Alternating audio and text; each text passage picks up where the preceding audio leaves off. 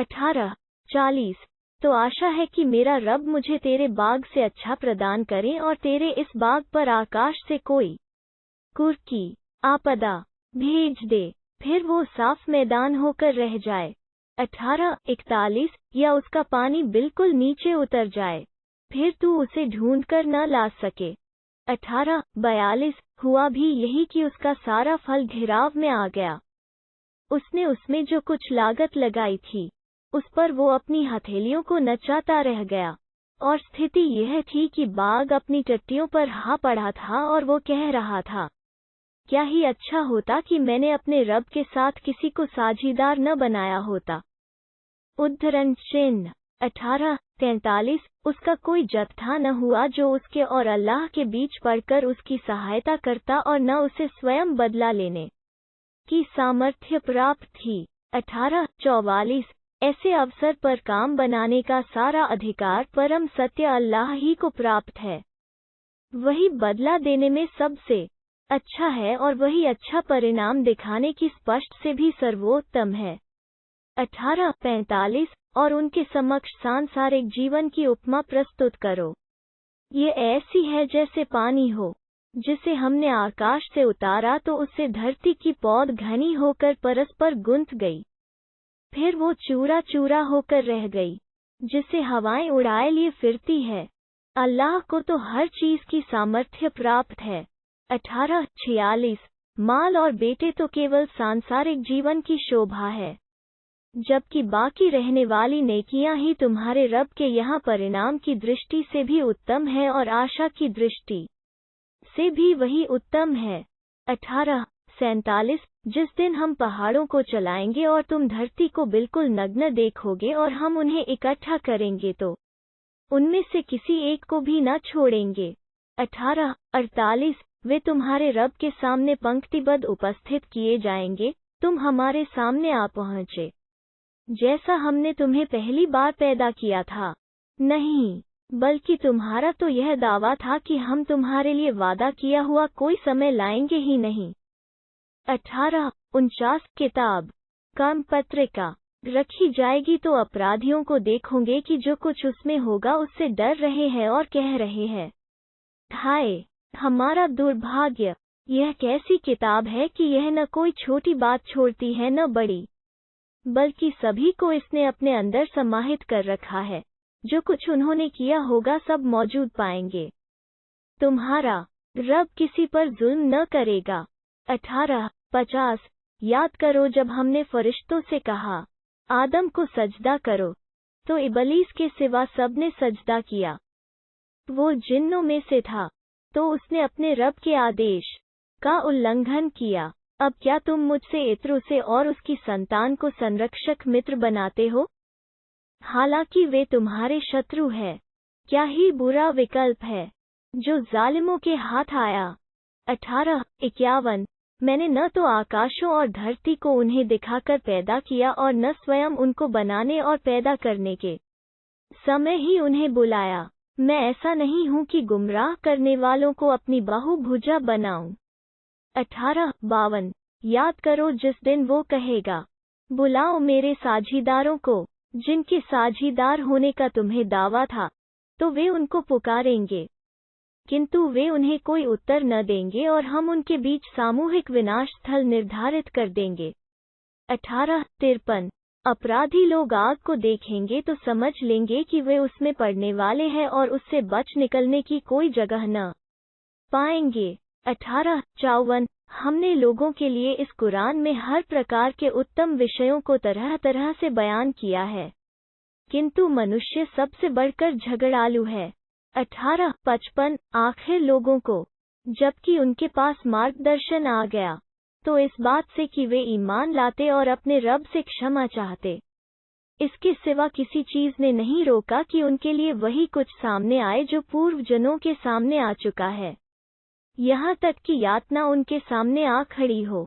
18:56 रसूलों को हम केवल शुभ सूचना देने वाले और सचेतकर्ता बनाकर भेजते हैं, किंतु इनकार करने वाले लोग है कि असत्य के सहारे झगड़ते हैं ताकि सत्य को डिगा दें। उन्होंने मेरी आयतों का और जो चेतावनी उन्हें दी गई उसका मजाक बना दिया है।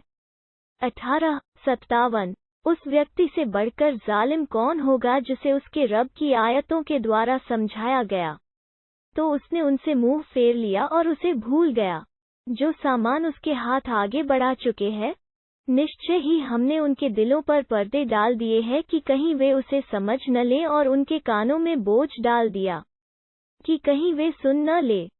यद्यपि तुम उन्हें सीधे मार्ग की ओर बुलाओ, वे कभी भी मार्ग नहीं पा सकते। 18:58 तुम्हारा रब अत्यंत क्षमाशील और दयावान है। यदि वो उन्हें उस पर पकड़ता जो कुछ की उन्होंने कमाया है तो उन पर शीघ्र ही यातना ला देता। नहीं, बल्कि उनके लिए तो वादे का एक समय निश्चित है, उससे हटकर वे बच निकलने का कोई मार्ग न पाएंगे। 18:59 और ये बस्तियां वे हैं कि जब उन्होंने अत्याचार किया तो हमने उन्हें विनष्ट कर दिया, और हमने उनके विनाश के लिए एक समय निश्चित कर रखा था। 18:60 याद करो जब मूसा ने अपने युवक सेवक से कहा, जब तक कि मैं 2 दरियाओं के संगम तक न पहुंच जाऊं चलना नहीं छोड़ूंगा, चाहे मैं यूं ही दीर्घकाल तक सफर करता रहूं। 18:61 फिर जब वे दोनों संगम पर पहुंचे तो वे अपनी मछली से गाफिल हो गए और उस मछली ने दरिया में सुरन बनाती अपनी राह ली। 18:62 फिर जब वे वहां से आगे बढ़ गए तो उसने अपने सेवक से कहा, लाओ हमारा नाश्ता, अपने इस सफर में तो हमें बड़ी थकान पहुंची है। 18:63 उसने कहा, जरा देखिए तो सही, जब हम उस चट्टान के पास ठहरे हुए थे तो मैं मछली को भूल ही गया, और शैतान ही ने उसको याद रखने से मुझे गाफिल कर दिया, और उसने आश्चर्य रूप से दरिया में अपनी राह ली। 18:64 मूसा ने कहा, यही तो है जिसे हम तलाश कर रहे थे। फिर वे दोनों अपने पदचिन्हों को देखते हुए वापस हुए। 18:65 फिर उन्होंने हमारे बंदों में से एक बंदे को पाया जिसे हमने अपने पास से दयालुता प्रदान की थी और जिसे अपने पास से ज्ञान प्रदान किया था। 18:66 मूसा ने उससे कहा, क्या मैं आपके पीछे चलूं, ताकि आप मुझे उस ज्ञान और विवेक की शिक्षा दें जो आपको दी गई है। उद्धरण चिन्ह 18:67 उसने कहा, तुम मेरे साथ धैर्य न रख सकोगे। 18:68 और जो चीज तुम्हारे ज्ञान परिधि से बाहर हो उस पर तुम धैर्य कैसे रख सकते हो। उद्धरण चिन्ह 18:69 मूसा ने कहा, यदि अल्लाह ने चाहा तो आप मुझे धैर्यवान पाएंगे, और मैं किसी मामले में भी आपकी अवज्ञा नहीं करूंगा। 18:70 उसने कहा, अच्छा, यदि तुम मेरे साथ चलते हो तो मुझसे किसी चीज के विषय में न पूछना, यहाँ तक कि मैं स्वयं ही तुमसे उसकी चर्चा करूं। 18:71 अंततः दोनों चले, यहाँ तक कि जब नौक में सवार हुए तो उसने उसमें दरार डाल दी। मूसा ने कहा, आपने इसमें दरार डाल दी ताकि उसके सवारों को डुबो दें? आपने तो एक अनोखी हरकत कर डाली। 18:72 उसने कहा, क्या मैंने कहा नहीं था कि तुम मेरे साथ धैर्य न रख सकोगे।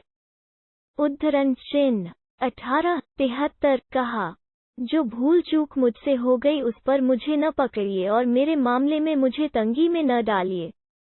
18:74 फिर वे दोनों चले, यहाँ तक कि जब वे एक लड़के से मिले तो उसने उसे मार डाला। कहा, क्या आपने एक अच्छी भली जान की हत्या कर दी, बिना इसके कि किसी की हत्या का बदला लेना अभीष्ट हो? यह तो आपने बहुत ही बुरा किया। उद्धरण चिन्ह 18:75 उसने कहा, क्या मैंने तुमसे कहा नहीं था कि तुम मेरे साथ धैर्य न रख सकोगे। उद्धरण चिन्ह 18:76 कहा, इसके बाद यदि मैं आपसे कुछ पूछूं तो आप मुझे साथ न रखें। अब तो मेरी ओर से आप पूरी तरह उसको पहुंच चुके हैं। 18:77 फिर वे दोनों चले, यहाँ तक कि जब वे एक बस्ती वालों के पास पहुंचे और उनसे भोजन मांगा, किंतु उन्होंने उनके आतिथ्य से इनकार कर दिया। फिर वहां उन्हें एक दीवार मिली जो गिरा चाहती थी, तो उस व्यक्ति ने उसको खड़ा कर दिया। मूसा ने कहा, यदि आप चाहते तो इसकी कुछ मजदूरी ले सकते थे। 1878 उसने कहा, यह मेरे और तुम्हारे बीच जुदाई का अवसर है। अब मैं तुमको उसकी वास्तविकता बताए दे रहा हूँ, जिस पर तुम धैर्य से काम न ले सके। 1879 वो जो नौक थी, कुछ निर्धन लोगों की थी जो दरिया में काम करते थे, तो मैंने चाहा कि उसे ऐबदार कर दूं, क्योंकि आगे उनके परे एक सम्राट था, जो प्रत्येक नौक को जबरदस्ती छीन लेता था। 1880 और रहा वो लड़का, तो उसके माँ बाप ईमान पर थे। हमें आशंका हुई कि वो सरकशी और कुफ्र से उन्हें तंग करेगा। 1881 इसलिए हमने चाहा कि उनका रब उन्हें इसके बदले दूसरी संतान दे, जो आत्मविकास में इससे अच्छा हो और दया करुणा से अधिक निकट हो। 1882 और रही यह दीवार, तो यह 2 अनाथ बालकों की है जो इस नगर में रहते हैं, और इसके नीचे उनका खजाना मौजूद है, और उनका बाप नेक था। इसलिए तुम्हारे रब ने चाहा कि वे अपनी युवावस्था को पहुंच जाएं और अपना खजाना निकाल लें। यह तुम्हारे रब की दयालुता के कारण हुआ। मैंने तो अपने अधिकार से कुछ नहीं किया। यह है वास्तविकता उसकी जिस पर तुम धैर्य न रख सके। 1883 वे तुमसे जुल्करनैन के विषय में पूछते हैं। कह दो, मैं तुम्हें उसका कुछ वृतांत सुनाता हूँ। 1884 हमने उसे धरती में सत्ता प्रदान की थी और उसे हर प्रकार के संसाधन दिए थे। 1885 अतएव उसने एक अभियान का आयोजन किया। 1886 यहाँ तक कि जब वो सूर्यास्त स्थल तक पहुँचा तो उसे मटमैले काले पानी के एक स्रोत में डूबते हुए पाया और उसके निकट उसे एक कौम मिली। हमने कहा, ए जुल्करनैन, तुझे अधिकार है कि चाहे तकलीफ पहुँचाए और चाहे उनके साथ अच्छा व्यवहार करे।